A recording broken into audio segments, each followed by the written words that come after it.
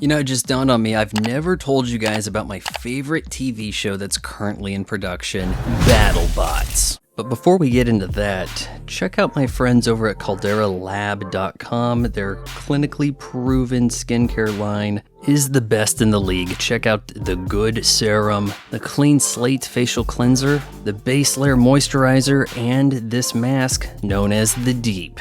And you can use my promo code FRY15 to save 15% at checkout. I used to love seeing this show back in the day. Back when I was in high school, I had an exotic sports car. It was on Comedy Central for a while, and it had a bit of a comedic aspect to it with the hosts and the reporters, and also kind of hamming up the robot carnage. You know, aside from seeing these robots chew each other up with high-speed spinning mechanisms and flippers that can launch a robot to the ceiling, what really makes BattleBots great is it's the only competition show on TV hosted by white guys. Yep, they even ran off the female presenters, kicked Jenny Taft out of the pit interviews, added a bot whisperer, and expanded the role of Farouk the announcer. That is some serious doubling down on testosterone in 2022. That's right, they may be rookies, but the field has been scouting this team online for years now. The bot's already gotten a lot of attention back in the pits, and everyone's chomping at the bit.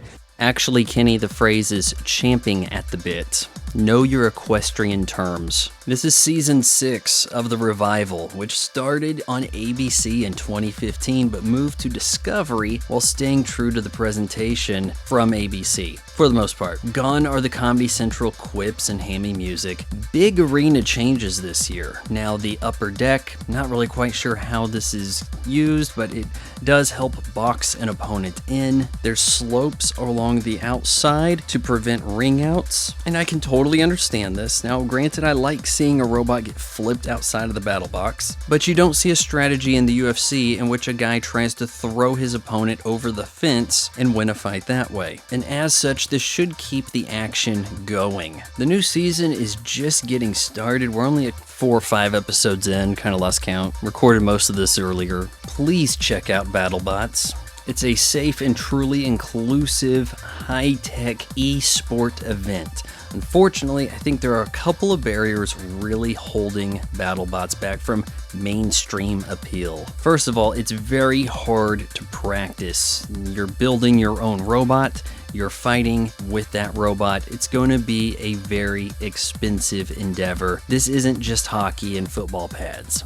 As such, it has limited appeal. Everybody can pick up an Xbox or a PlayStation 5 and play a game and then yearn to be like the pros. It's going to be a much steeper hill to climb to try to emulate a successful BattleBot contestant. And secondly, this is taped. You'll catch Chris Rose saying 2021 even though this season premiered January 6th, 2022. You can't have live betting in a sports event that's going to be on TV months later. I believe that they shoot all of this in a 2-week period in Las Vegas. That's right, they actually uprooted from the hellscape known as Los Angeles, like any sane business, and moved to the much more civilized Las Vegas.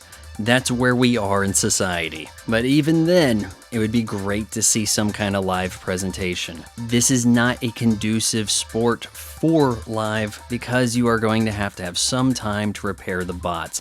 Could you even have a Final Four live, going through the tournament and saying, okay, we have a live event for the Final Four, maybe the 2 semifinal matches, do a rumble in between, come up with some way to entertain the crowd, but also allow some repairs for that final conflict. So we can get a legitimate champion hoisting the giant nut on live television. Because if you think about it, the most legitimizing factor of a sport is being able to watch it live. Even if it's on a YouTube stream, you're watching Overwatch League live. And I yearn for BattleBots to have that immediate newsworthy presentation.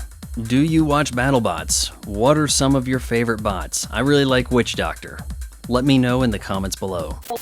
If you appreciate a YouTube channel that doesn't just pad out content to get to the 8-minute mark so that it can hammer you with ad breaks, then you should subscribe to my son's channel. You just got done watching it.